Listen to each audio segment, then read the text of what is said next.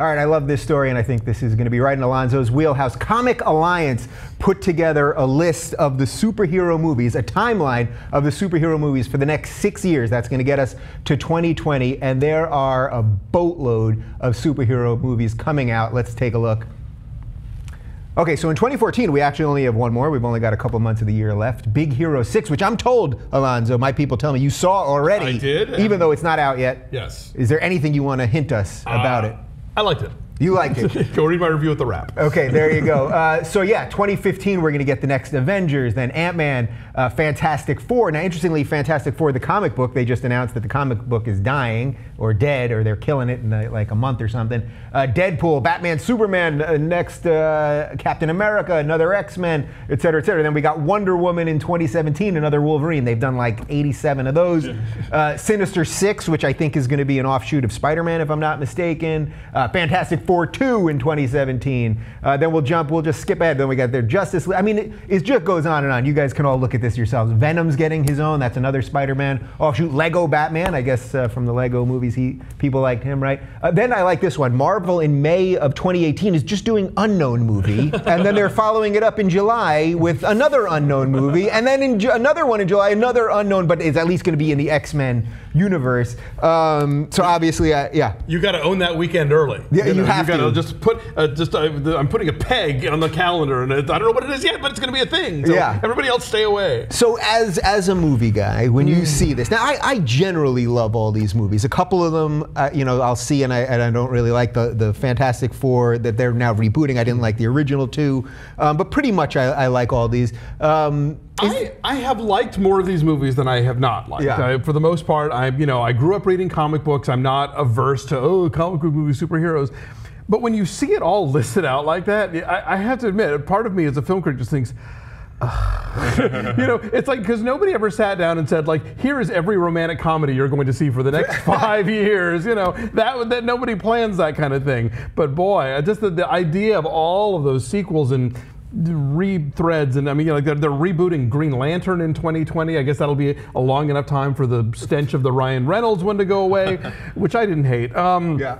So look, they're making money. There was a really interesting piece in the LA Times recently about how the reason that the potato famine happened in Ireland was because they were a one-crop economy, and when that one crop fails, you are fucked. Yeah. And Hollywood has become a one-crop economy, and that's it. That's the crop, and they're making movies now, and those movies are making money now. But when they stop making money, then what? Okay, so I'm totally glad you brought that up, because it seems to me that this is all we can create anymore in America. We lost all our manufacturing jobs, right? We don't have much. We're not creating much, but one thing we can do, and that we still do basically well, is the blockbuster movie. So the studios sort of have to do this, right? Because they can sell it in China. Yeah. Speaking of selling in China, Transformers 4, I did my review on it. I saw your review on it. Can we make sure that Michael Bay does not? How do we do this? How do we set it up so that again, his movies keep making money, so we're stuck with it. There's nothing we can do. Really good trailers. There was a good trailer. Yeah, that's all of his movies are. They're 3-hour trailers. Disaster. Where do you fall on these superhero movies? You dig them? I love. Yeah, I'm with you guys. I love superhero movies. I'm excited that DC is getting some more love these days. And yeah, I tend to prefer when they are a little more serious in nature, like the Dark Knight series. The trilogy is still like one of my favorite things that's ever been made.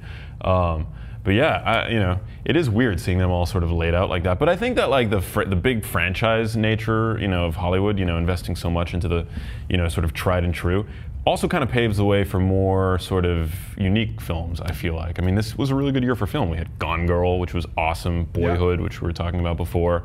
And then Birdman, which I just saw, which was amazing. Yeah. So. And even within the framework of these things, I mean, Guardians of the Galaxy, who would have thought that was going to be like a comic book that not a lot, even comic book nerds were sort of like, wait, which one was that one? Right. So they're at least thinking like, okay, we have this brand, we have a fairly built-in audience, we can maybe play with this a little bit. And so if they continue to do that, then that's exciting, and that has possibilities.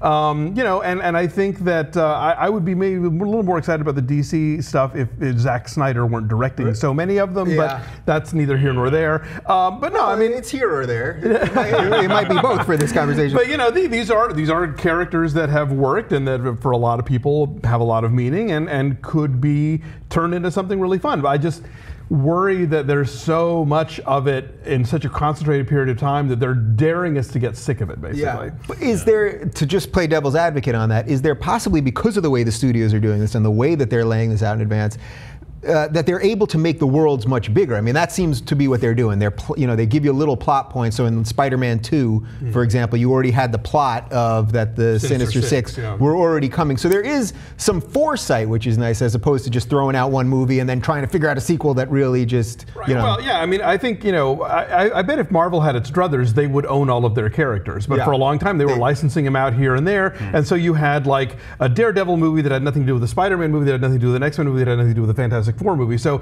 now they're sort of this is really going back to the 60s and the Marvel universe when it was originally created. The idea that there would be this interlocking continuity of all this stuff. Even DC kind of followed Marvel's lead on that one. And so yeah, if they want to expand out the cinematic universe and have the Avengers meet the Guardians of the Galaxy and have Doctor Strange meet Spider-Man, whatever, sure. Again, I mean, there's certainly potential there, but there's also the potential to just, if we have to see another goddamn origin story, that we're all going to shoot ourselves in the face. Right. Like, I get it. He was bit by a radioactive spider. You got to show me another way. What does it say about us that comic books are dying while this stuff is blowing up? That's just like, things are changing. What are you going to do? They're on paper. They're on paper. Like, is that? But you get them on iPad now, I'm sure. Right? I think it's just that like people crave myth, and it doesn't matter the medium. It's just that like for today, the way stories, the amazing way in which stories are now able to be told in cinema, I think, has sort of displaced,